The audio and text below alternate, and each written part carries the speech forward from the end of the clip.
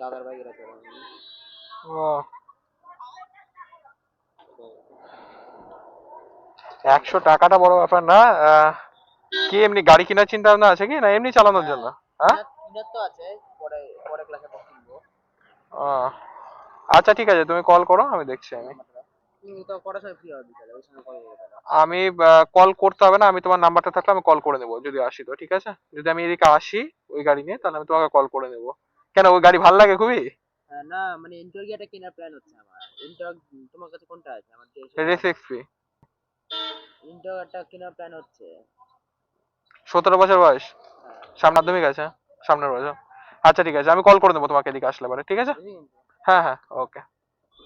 ভাই, ভাই 17 বছরের বাচ্চা, ঠিক আছে, আমাকে বলছে দাদা 100 টাকা দিব তোমাকে, তুমি তোমার ইন্টারটা আনবা কি, আমি একটু চালাবো। আর কি বলবো আমি, বাচ্চা মানুষ আর কি, শখ জাগতেই পারে।